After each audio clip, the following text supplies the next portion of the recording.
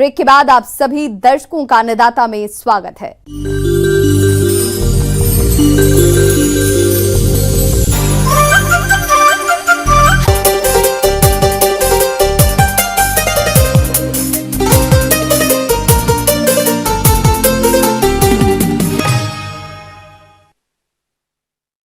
प्रदेश के बहुत से किसान भाई चना की खेती करके अच्छा खासा मुनाफा कमाते हैं। इसलिए हमारे जिन किसान भाइयों ने चना की देरी से बुआई की है, तो वे इस समय अपनी फसल में कौन कौन से जरूरी कार्य को करें जिससे उनको अधिक उत्पादन मिल सके। आइए इस बारे में जानकारी लेते हैं विषय विशेषज्ञ आरपी झरिया से।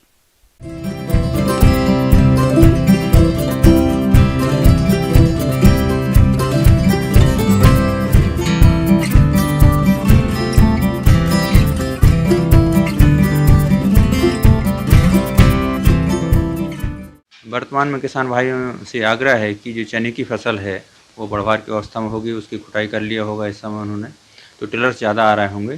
जिन किसान भाइयों की फसल 50 से 60 दिन के आसपास की हो गई है, उनके लिए सुझाव है कि कम से कम एक पानी स्प्रिंकलर के माध्यम से अवश्य दे दें।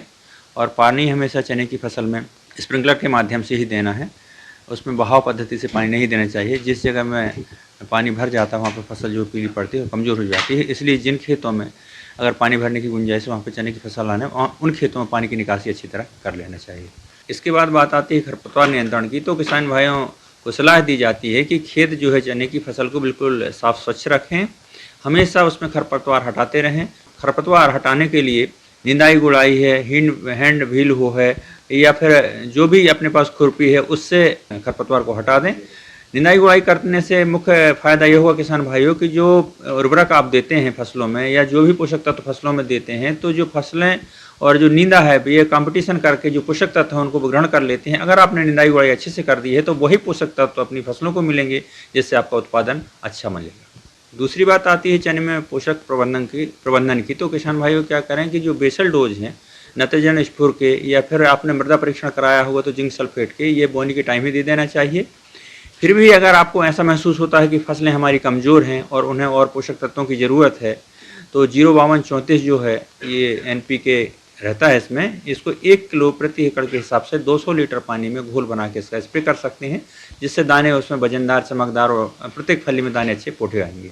किसान भाइयों, अगर आप चने की फसल जहाँ पे लगी है उन खेतों में भ्रमण करेंगे तो 30-35 दिन के आसपास से जो उकटा रोग है उसके लक्षण दिखाई देने लगते हैं, फसलें मुरझाने लगती हैं। और अगर जो मुरझाए हुए पौधे हैं उनको आप फाड़ के देखें तो उनकी जड़ें जो हैं भूरे कलर की होंगी और उसमें लगभग ब्राउन कलर की लाइनें भी बनी हुई होती हैं, तो ये निश्चित है कि उकटा रोग के कारण प्रभावित हो रही हैं। ऐसे खेतों में जहाँ पे रोग लग चुका है उन पौधों को उखाड़ के नष्ट कर दें। चना की फसल का यह खतरनाक रोग है। इस रोग का फैलाव बहुत तेजी से होता है, इससे पूरी फसल देखते ही देखते बर्बाद हो जाती है।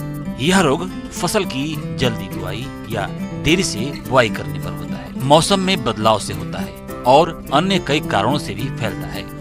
इस रोग के फसल पर लगने पर कंट्रोल करना मुश्किल हो जाता है, इसलिए किसान रोग से बचाव के उपायों पर विशेष जोर दें। सबसे पहले तो बुआई समय से करें। उस खेत में तो बिल्कुल बुआई नहीं करें जिस खेत में पहले से यह रोग आता रहा हो।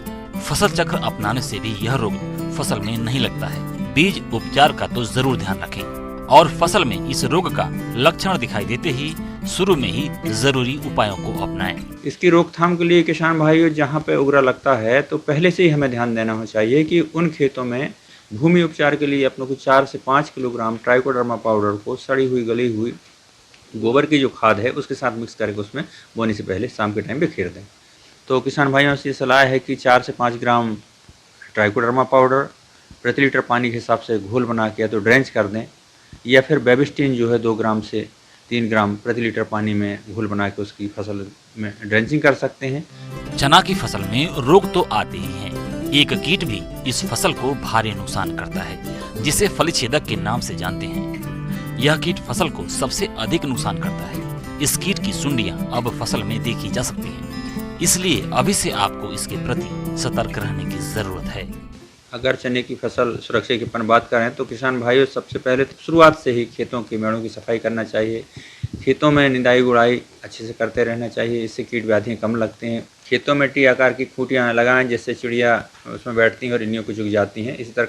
इसी तरह शाम के टाइम जो है प्रकाश प्रपंच का उपयोग करना चाहिए, लाइट ट्रैप का उपयोग करना चाहिए, फेरोमोन ट्रैप का उपयोग करना चाहिए। फेरोमोन ट्रैप के उपयोग करने से जो एडल्ट कीट होते हैं, जो वयस्क कीट होते हैं, वो उस ट्रैप में आके ट्रैप हो जाते हैं, जिससे हमें पता लग जाता है कि खेतों में हमारी कीट व्याधियों का प्रकोप कितनी मात्रा में हो रहा है। अगर 2-3 कीट उसमें ट्रैप होते हैं, 3 से 4 कीट ट्रैप होते हैं, तो हमें देखना चाहिए कि उसमें कीटनाशक दवाई डालने की आवश्यकता है कि नहीं। अगर 3 से 4 कीट तक ट्रैप होने लगे हैं तो इमामेक्टिन बेंजोएट 1 ग्राम प्रति लीटर के हिसाब से या फिर क्लोरोपाइरिफास 2 मिली प्रति लीटर के हिसाब से घोल बनाकर और खेतों में स्प्रे करना चाहिए। तो किसान भाइयों, हमारे द्वारा जो चने की फसल में छोटी छोटी तकनीकी और विधियाँ बताई गई हैं, उन्हें अपनाकर आप अच्छा लाभ ले सकते हैं और उत्पादन 10 से 15% बढ़ा सकते हैं।